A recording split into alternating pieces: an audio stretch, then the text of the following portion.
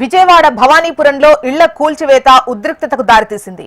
Court ఆదేశాలతో 42 కుటుంబాలకు చెందిన ఇండ్లను పోలీసులు కూల్చివేశారు. ఈ క్రమంలో కాలనీ వాసులు పోలీసుల మధ్య వాగ్వాదం జరిగింది. అయితే కోర్టు ఆదేశాల నేపథ్యంలోనే కూల్చివేతలు చేపట్టామని పోలీసులు తెలిపారు. విజయవాడ భవానీపురంలో 2.5 దశాబ్దాల క్రితం 42 కుటుంబాలు ఒక స్థలాన్ని కొనుగోలు చేసి నివాసాలు ఏర్పాటు చేసుకున్నాయి. వారికి బ్యాంకు లోన్స్ తో పాటు నగరపాలక సంస్థ అనుమతులు కూడా వచ్చాయి. అయితే 2 ఏళ్ల క్రితం ఓ ట్రస్ట్ కోర్టు నుంచి నోటీసులు పంపింది. ఆ స్థలం తమదని, ఖాళీ చేయాలని పేర్కొంది. ఆ 42 కుటుంబాలు కోర్టును ఆశ్రయించగా కోర్టు ఇళ్లు కూల్చేయాలని ఆదేశించింది. 2 నెలల పాటు కాలనీ వాసులు ఆమరణ నిరాహార దీక్షలు చేయగా ఆ తర్వాత కూల్చివేసే ప్రయత్నాలు మూకుమ్మడిగా అడ్డుకున్నారు. దాంతో ట్రస్ట్ కోర్టును ఆశ్రయించగా మరోసారి న్యాయస్థానం ఆదేశాలు జారీ చేసింది. అయితే కోర్టు ఆదేశాలతో భవనాలు కూల్చివేసిన తర్వాత సుప్రీంకోర్టు నుంచి స్టే ఆర్డర్ వచ్చింది. ఈ నెల 31 వరకు కూల్చివేతలు జరపొద్దని అత్యున్నత న్యాయస్థానం ఆదేశాలిచ్చింది.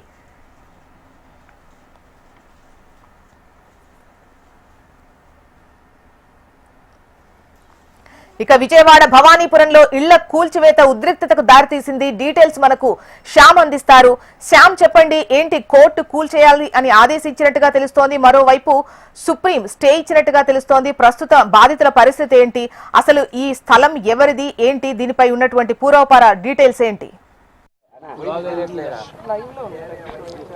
Good morning Joshna. ఈరోజు చూసుకుంటే విజయవాడ భవానీపురంలో కూల్చివేతలు అనేది నిన్న ఉద్రిక్తతకు దారితీసింది. మొత్తం 42 నివాసాలు వాళ్ళు ఇక్కడ నివాసం ఉంటున్నారు. అయితే వీళ్ళు దాదాపు 2.5 దశాబ్దాల క్రితం ఇక్కడ ఒక ప్రైవేటు వ్యక్తి నుంచి కూడా ఈ స్థలాన్ని కొనుగోలు చేశారు. అయితే ఆ తదుపరి ఒక రామ్ సాయి సొసైటీ అనేది ఒక క్రియేట్ చేయబడింది. ఆ సొసైటీ ద్వారా న్యాయస్థానాన్ని ఆశ్రయించారు.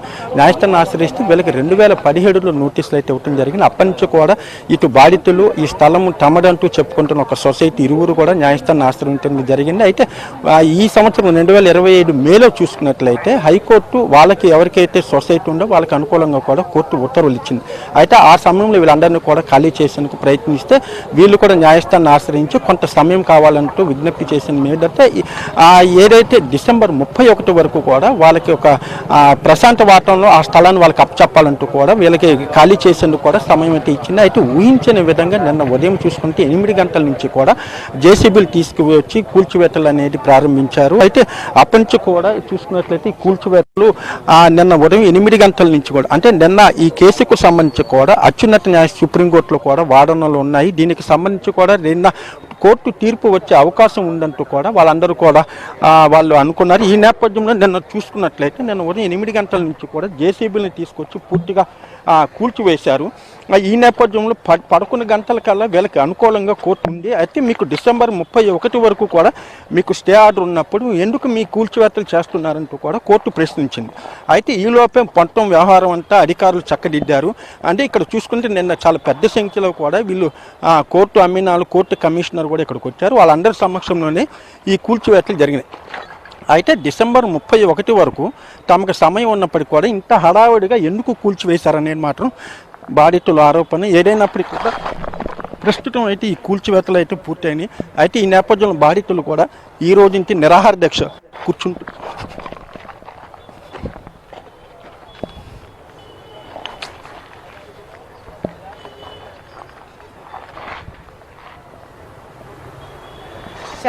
ప్రస్తుతం అయితే బాధితులందరూ కూడా ఆమరణ నిరాహార కూర్చుంటున్నారు. అదేవిధంగా ప్రస్తుతం ఇదే విజువల్లో మనం ఒక అపార్ట్మెంట్ కూడా ఉంది. ఈ అపార్ట్మెంట్ చూసుకున్నట్లయితే కట్టయిపోయింది.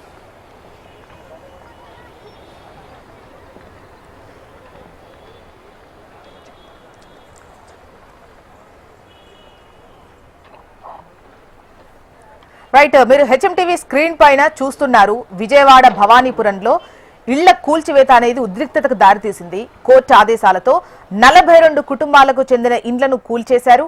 ఈ క్రమంలో కాలనీ వాసులు పోలీసుల మధ్య వాగ్వాదము జరిగింది. అయితే కోర్టు ఆదేశాల నేపథ్యంలోనే కూల్చివేతలు చేపట్టామని అటు పోలీసులు చెబుతున్నారు. విజయవాడ భవానీపురంలో 2.5 దశాబ్దాల క్రితం 42 కుటుంబాలు ఒక స్థలాన్ని కొనుగోలు చేసి నివాసాలు ఏర్పాటు చేసుకున్నాయి. వారికి బ్యాంకు లోన్స్ తో పాటు నగరపాలక సంస్థ అనుమతులు కూడా వచ్చాయి. అయితే 2 ఏళ్ల క్రితం ఓ ట్రస్ట్ కోర్టు నుంచి నోటీసులు పంపింది. ఆ స్థలం తమదని, ఖాళీ చెయ్యాలని చెప్పింది. ఆ 2 కుటుంబాలు ఆ 42 కుటుంబాలు కోర్టును ఆశ్రయించగా కోర్టు ఇళ్లు కూల్చేయాలని ఆదేశాలు ఇచ్చింది. 2 నెలల పాటు కాలనీ వాసులు ఆమరణ నిరాహార దీక్ష చేశారు. ఆ తర్వాత కూల్చివేసే ప్రయత్నాలు మూకుమ్మడిగా అడ్డుకున్నారు. దీంతో ట్రస్టు కోర్టును ఆశ్రయించింది. మరోసారి న్యాయస్థానం ఆదేశాలు జారీ చేసింది.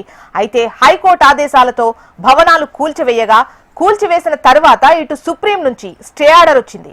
ఈ నెల 31 వరకు కూల్చివేతలు జరపొద్దని అత్యున్నత న్యాయస్థానం ఆదేశాలు ఇచ్చింది. శ్యామ్ చెప్పండి, ముఖ్యంగా 25 ఏండ్ల క్రితం వాళ్ళు కొని నివాసాలు ఏర్పాటు చేసుకున్నారు, వాళ్ళ దగ్గర పవర్ బిల్స్ ఉన్నాయి, లోన్స్ కట్టారు, ఇవన్నీ కూడా ఉన్నప్పుడు అసలు వీళ్ళకి అప్పుడు అమ్మింది ఎవరు? ఇప్పుడు ఈ ట్రస్ట్ ఎక్కడి నుంచి వచ్చింది? 2.5 సంవత్సరాల క్రితమే కోర్టు మెట్లెక్కినట్టుగా చెబుతున్నారు. ఈ డీటెయిల్స్ కు సంబంధించి సమ్ కన్ఫ్యూజన్ అనేది కనిపిస్తోంది. మీ దగ్గర ఉన్నటువంటి దీనిపైన ఏమైనా క్లారిటీ ఇస్తారా? Good morning Jyotsna. ఈరోజు చూసుకున్నట్టంటే ఎక్కడైనా ఒక స్థలానికి సంబంధించి కూడా ఒకవేళ వివాదం కనుక ఉన్నట్లయితే అక్కడ ఖచ్చితంగా ఒక బోర్డు అనేది ఏర్పాటు చేస్తారు. ఒకవేళ కోర్టు ఉత్తర్వులు ఉంటే ఆ కోర్టు ఉత్తర్వులు ఏదైతే ఆ పిల్లు నెంబర్ మొత్తం వేసి అక్కడ ఒక బోర్డు అనేది ఏర్పాటు చేస్తారు. అయితే ప్రస్తుతం ప్రస్తుతం మనం చూస్తున్న విజువల్స్ చూసుకుంటే అటువంటి బోర్డు ఎక్కడా కూడా ఈ స్థలంలో కాంటాడు. ఇది 2 ఎకరాల 30 సెంట్లు దీన్ని చూసుకున్నట్టంటే 1997 నుంచి కూడా ఈ స్థలాన్ని విక్రయించడం అనేది ప్రారంభించారు. 2002కి మొత్తం 42 మంది కలిసి మొత్తం ఈ స్థలం మొత్తం 2 ఎకరాల 30 సెంట్లను కూడా వాళ్ళందరూ కొనుగోలు చేశారు. అప్పటి నుంచి కూడా వాళ్ళు ఇక్కడే స్థిర నివాసాలు ఏర్పాటు చేసుకున్నారు. అలాగే వీళ్ళందరికీ కూడా కొంతమంది స్థిర నివాసాలు కూడా పక్కా భవనాలు కూడా ఏర్పాటు చేశారు. వాళ్ళకి మున్సిపల్ కార్పొరేషన్ నుంచి కూడా పూర్తిగా అనుమతులు వచ్చాయి. అలాగే వాళ్ళకి చూసుకుంటే బ్యాంకు రుణాలు కూడా వచ్చాయి. అప్పటి నుంచి కూడా వీళ్ళు ట్యాక్సులు కడుతున్నారు, కరెంటు బిల్స్ కడుతున్నారు. అయితే ఊహించని విధంగా వీళ్ళకి చూసుకున్నట్లయితే 2017లో వీళ్ళకి కోర్టు నోటీస్ అయితే వచ్చింది.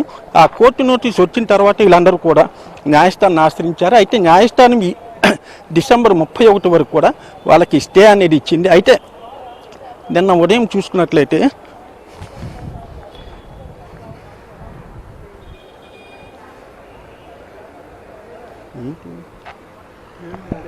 మళ్ళీ లైన్ కట్ అయింది.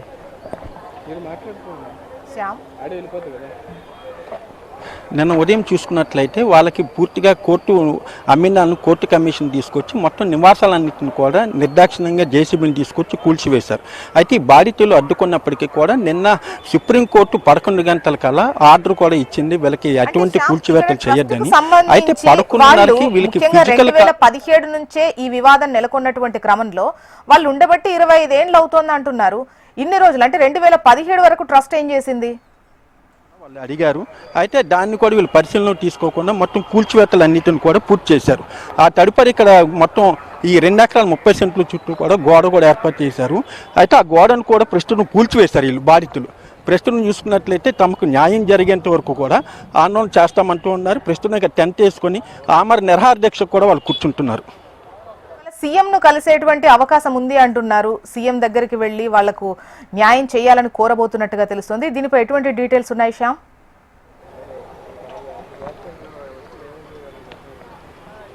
శ్యామ్ ఊడిపోయింది.